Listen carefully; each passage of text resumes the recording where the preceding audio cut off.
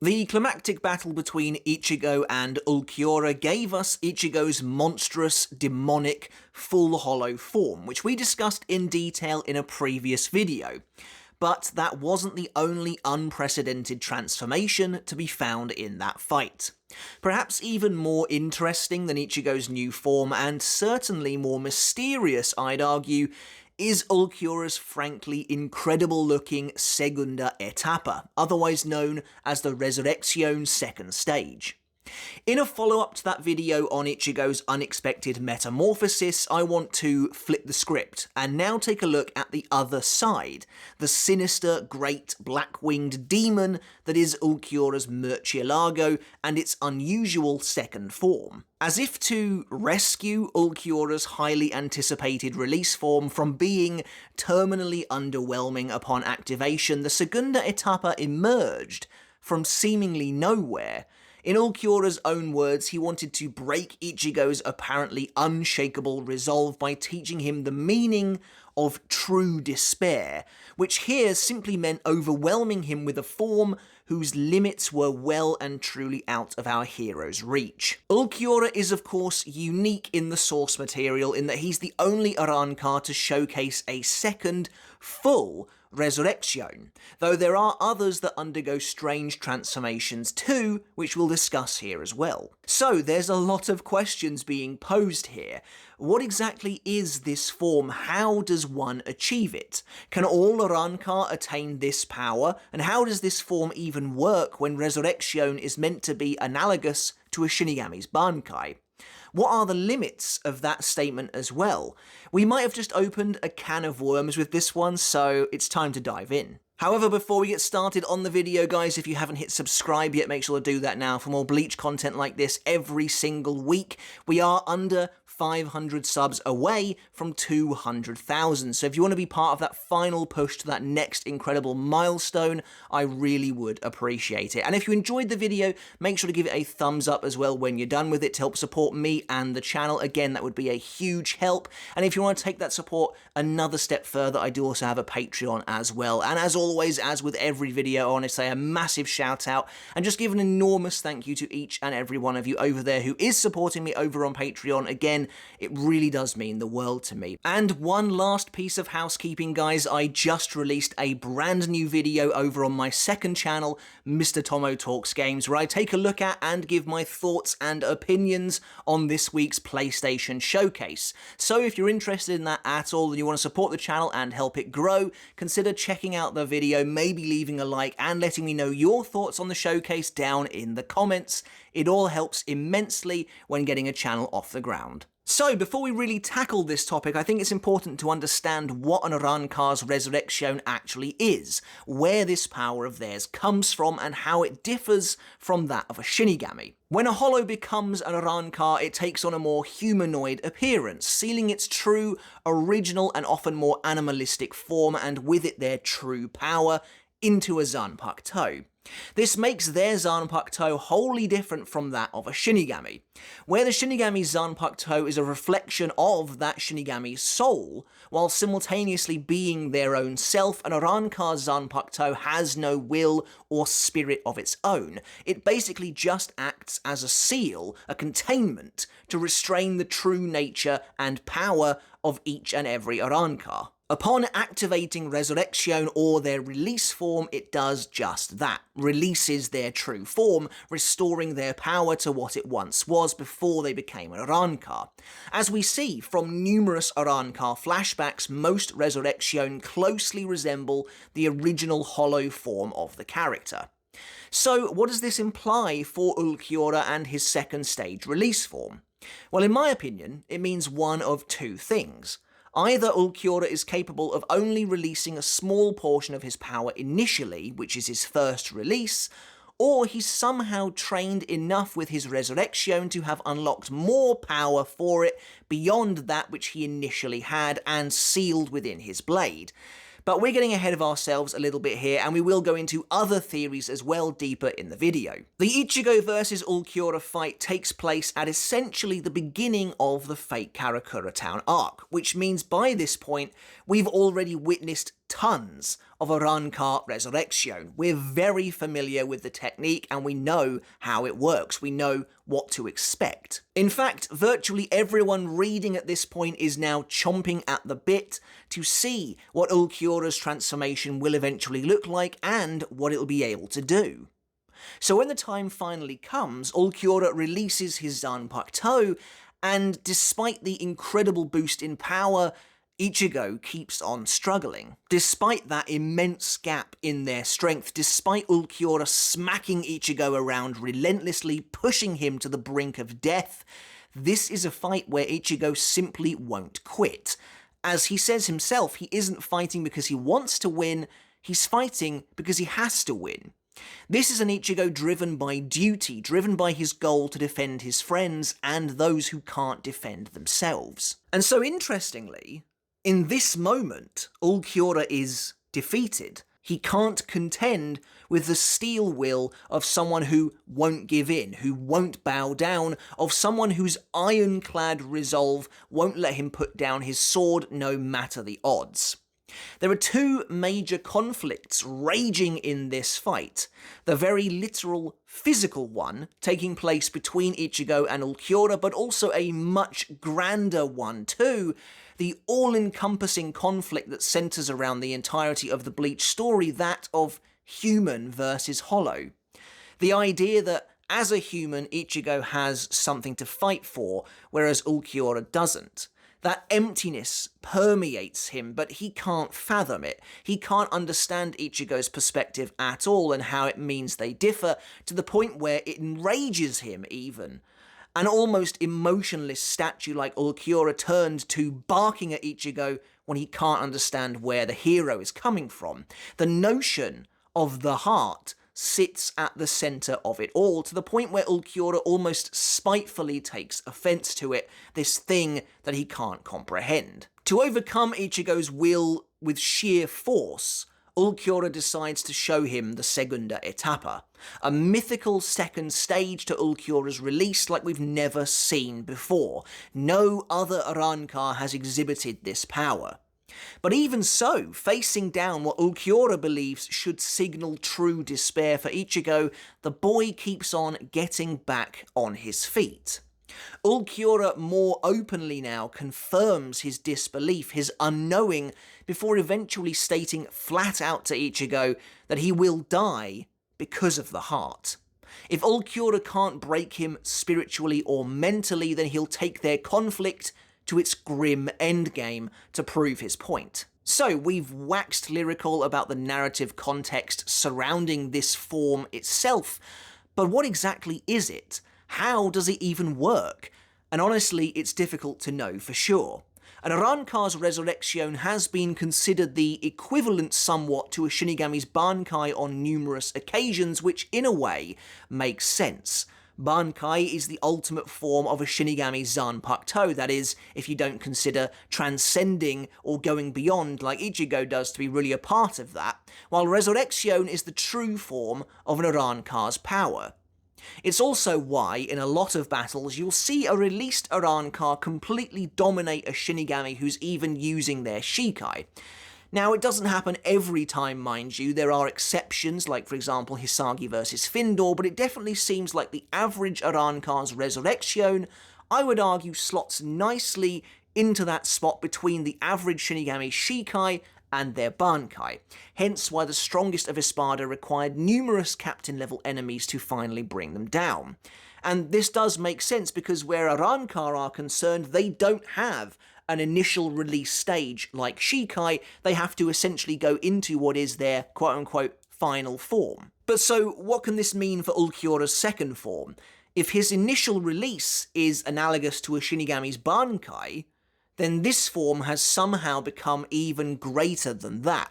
Or if my initial theory was correct about Ulquiorra being able to release just a small fraction of his true power initially, then has he essentially gained the skill to release a Shikai version of his Murcielago with his first form?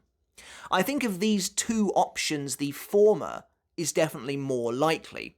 I've said it before that Ulquiorra was designed to represent the ultimate hollow in Bleach, and this form takes him closest to that. His initial release, while definitely changed in a sense, still retains many of the humanoid trappings we'd see in the top 3 Espada's Resurrections too.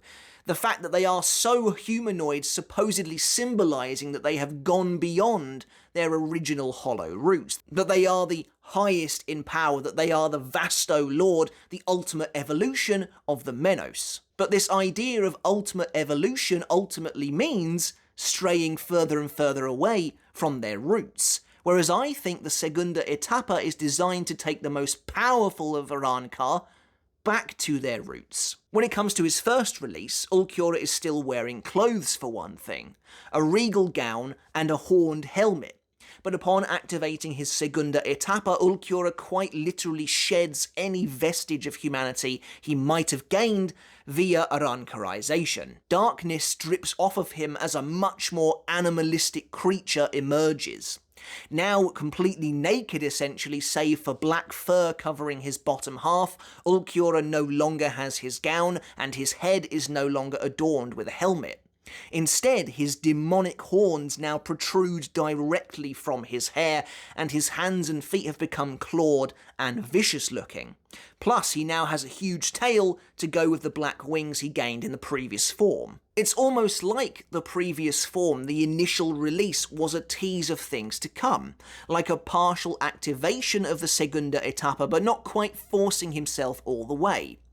Because here, he has become more animal than ever, which is of course, as I mentioned just a second ago, the opposite direction that these supposed all-powerful Vasto Lord are supposed to go in terms of physical appearance. And that's reflected in the way Kubo draws him now too. Ulquiorra takes up uncharacteristic stances, like he's ready to pounce at one point, and in another one he's silhouetted against the sky like a terrifying bird. As his transformation completes, he's initially hunched over rather than the tall and proud stance he took in his first form.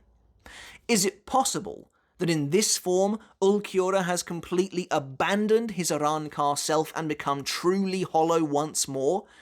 How would that even work? I'm not even entirely sure what that would mean for someone like Ulquiorra, or if it's even possible.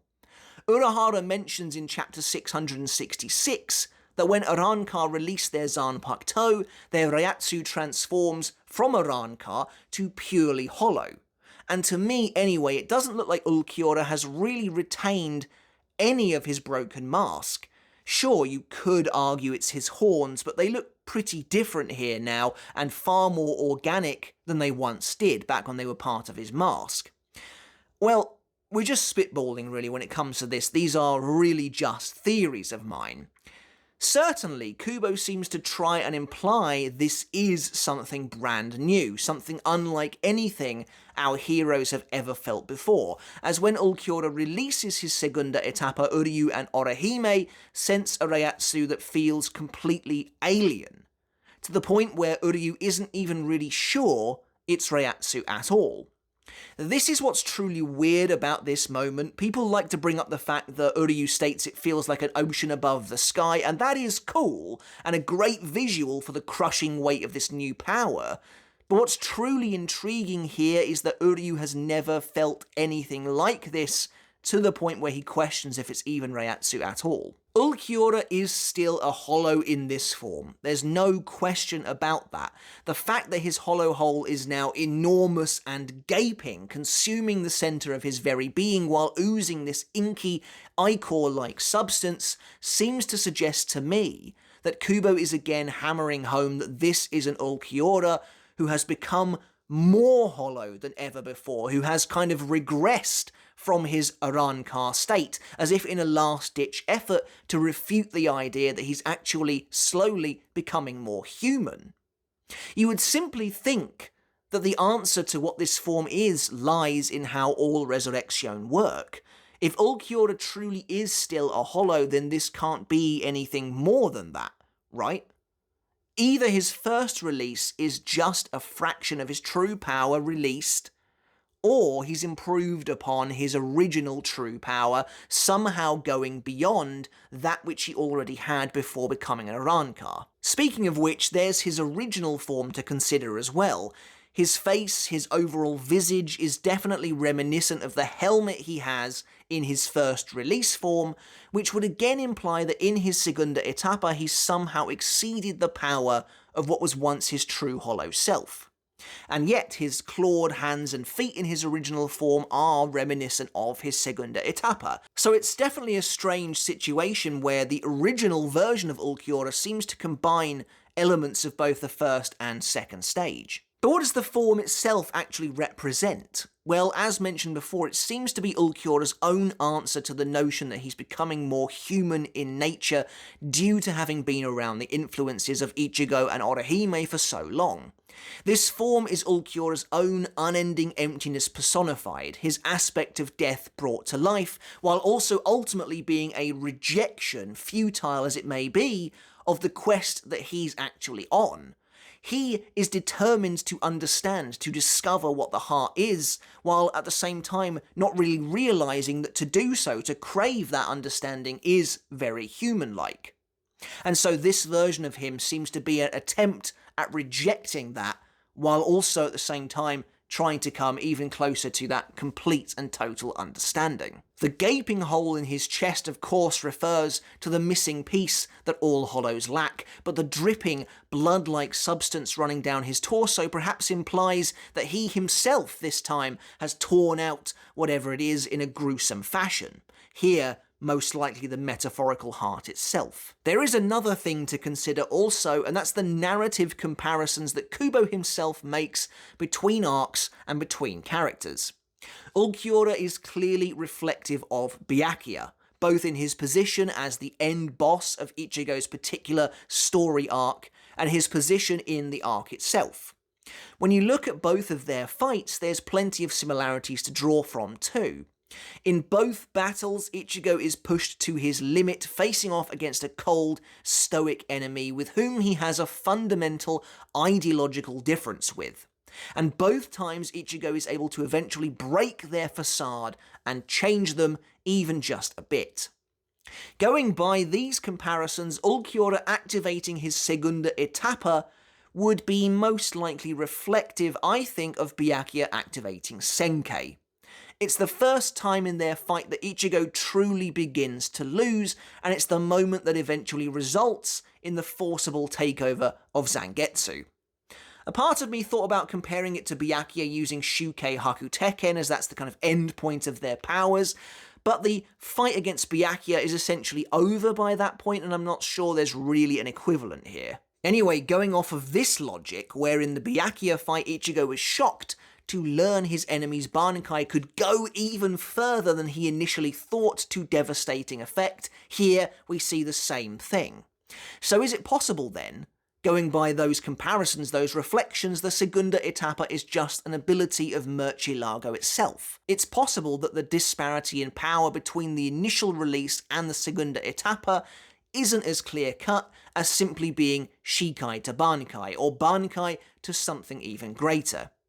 Again, as I've mentioned in the past, we don't really have a firm gauge for the Segunda Etapa since Ulquiorra was decimating Ichigo from the moment he released anyway. Let's briefly look at Ulquiorra's timeline. We know from his flashback Not B But B that he's a naturally formed Arrancar. After finding solace in the lone quartz bush of white thorns, those very thorns pierce and shatter his mask, turning him into the Arrancar we know today. So if that was his original form, then what became of that power that disappeared? At what point did he seal it away into a Zanpakuto? Presumably it was when he met Aizen, as Aizen, similarly to Yhwach in a sense, sought to give these wandering lost souls purpose. But it's possible that Ulquiorra, despite being accepted into and being accepting of this newly civilized Hueco Mundo, never lost sight of the void. That nothingness that reverberated from the depths of the desert itself. Could the Segunda Etapa be the true embodiment of Ulquiorra's power, while the initial release is something fake? A facade, designed to help Ulquiorra fit with the contemporary societal norms of Las Noches and its new leader. What I mean by this is that when Ulquiorra initially shattered his original form, breaking his mask, that power had to go somewhere. So what if in that moment Ulquiorra found a way to seal it, and that is what we see today as the Segunda Etapa, the initial true power of Ulquiorra somehow subconsciously locked away. And then later, when he found Aizen and the rest of the Arrancar, he sealed away the remainder of his power into a Zanpakuto, and that would then become his first release, keeping his second true form buried deep within ever since. At the end, you can see that while we theorised a few different outcomes, it's very difficult to truly pin down an answer. I actually quite like that last one. I think it's pretty cool, and I love the idea that it's a holdover from Ulquiorra's time as a nomad wandering the desert. But in my mind, perhaps the most likely of these is that Ulquiorra's initial release is an echo of his true form, but since then he's refined it, over time helping it to become closer and closer to that which he once was. I mean, think about it. Even though an Arrancar's release is supposed to unlock their original form, they never look quite the same again. Take Edrad, for example, the first resurrection we ever see. Yes, his Volcanica transforms him into something much more akin to his original self, but it's not identical. Perhaps alone and in his training, Ulquiorra strove to return ever closer to his true form, even beyond that granted by his initial release. To close with, let's take a look at some other Arrancar who have seeming evolutions of their resurrection, even if they're almost certainly not the same thing as what Ulquiorra can do. Ulquiorra comments that he is the only Espada to have achieved the Segunda Etapa, but I wonder how he actually knows that. The majority of the Espada were shown to be at best ambivalent to the others, and at worst openly antagonistic. If any of them had learned this power, I can't imagine they would share that fact, as keeping it a secret would be advantageous in that hostile territory. Plus, if even Ulquiorra, the most loyal of the Espada, hasn't shown his Segunda Etapa to Aizen, then it's safe to assume the others would keep it under even tighter wraps. Regardless, though, the majority of them don't use it, so it's safe to assume Ulquiorra is correct. There are some weird examples of Arrancar transforming further than their initial release, however. For some reason, two of them are found within Barragan's Fraction. Avirama is able to perform a strange ritual where he carves a wound along the markings on his chest, enabling him to sprout even more wings. Then there's Giovega, who is somehow able to activate a combat configuration of his resurrection, causing him to bulk up immensely. Now, I know that these extended transformations, these secondary forms, whatever you want to call them, have official names and abilities and all of that. But what's weird about these changes is that, again, it all comes back to the idea that an Arrancar's release represents their true form. So how is it able to change like this? Are they permanent transformations? The Privaron Espada Saruchi mentions that losing or removing a part of your resurrection while still released is akin to losing a limb. It will never return. Perhaps the biggest question mark for me in this area is none other than Yami Largo, the Zero Espada. Yami activates a traditional resurrection in Era, transforming him into a gigantic multi-legged dinosaur. But then things get weird. The ability of his Era is simple. As he becomes angrier and angrier, his strength increases to match. And after nearly being killed by Byakuya and Kenpachi, a cool detail here, by the way, as you can see his head has nearly been taken off at the neck, Yami becomes crazed with rage and completely transforms. And I don't mean a small transformation like those previously mentioned Fraction. Here he takes on a totally new form. Now, instead of a dinosaur, all of Yami's many legs have been pulled back inside his body, and he has become a massive horned ape, with furry legs, a huge tail, and enormous arms that rest on the floor beneath his colossal bulk. Yami doesn't mention that this is a Segunda Etapa, but it definitely feels about as close as we get.